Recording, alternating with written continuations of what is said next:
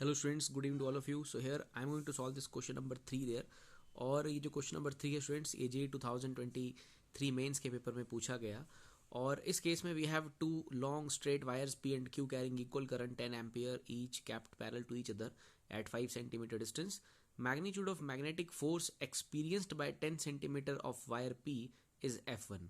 And if the distance between the wires is halved and current on them are doubled, force F2 on 10 centimeter यानी कि same portion same length of wire P will be.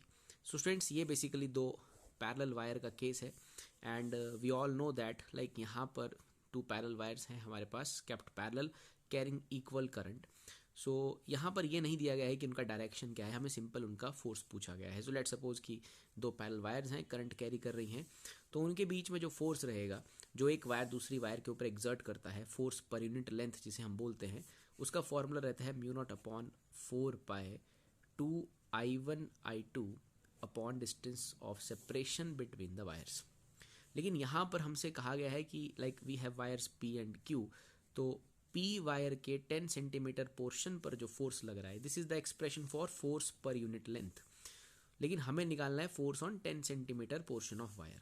तो students उसका expression बन जाएगा force per unit length था अपने पास ये force on wire, इसको मैं F1 बोल देता हूँ. लेंथ 10 सेंटीमीटर पर जो लग रही होगी it is mu naught upon 4 2 I1 I2 upon R multiplied by length of the wire जो कि क्वेश्चन में दिया गया है 10 सेंटीमीटर पोर्शन. स्टूडेंट्स ये जो इक्वेशन 1 में लिखा गया है this is the expression for force per unit length और जो हमें क्वेश्चन में दिया गया है वो दिया गया है फोर्स ऑन 10 सेंटीमीटर पोर्शन, तो इसलिए मैंने लेंथ से मल्टीप्लाई किया.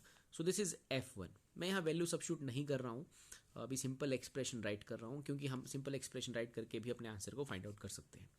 तो P वायर के 10 सेंटीमीटर पोर्शन पे F1 फोर्स लग रहा है और दिस इज द एक्सप्रेशन.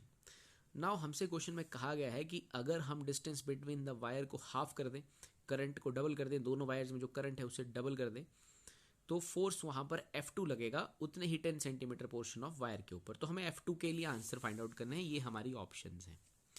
तो स्टूडेंट्स अभी हम फिर से एक्सप्रेशन लिखने जा रहे हैं force on 10 centimetre portion of wire जो कि बन जाएगा F2 is equal to mu naught upon 4 ये कांस्टेंट वैसे ही रहेंगे 2.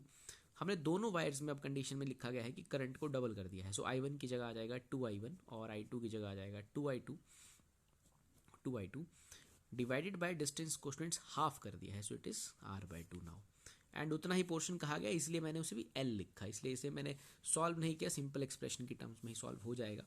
सो नाउ हमारे पास स्टूडेंट जो F2 की वैल्यू आ रही है वो आ रही है म्यू नॉट अपॉन 4 अगर आप यहाँ ध्यान से देखें सो इट इज 2 2 4, 2 ऊपर आएगा 8 बन जाएगा, मतलब मैं 8 बाहर लिख लेता हूँ, बाकी एक्सप्रेशन सेम टू सेम है 2I1 I2 upon R multiplied by length.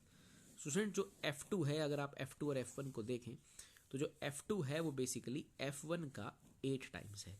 तो ये सब करने पर F2 is 8 times F1. Means अगर आप यहाँ पर करंट को डबल कर दें और वायर के सेपरेशन को हाफ कर दें तो जो फोर्स है वो 8 टाइम्स हो जाएगी यानी कि option B. So option B is the correct answer for this problem. Thank you.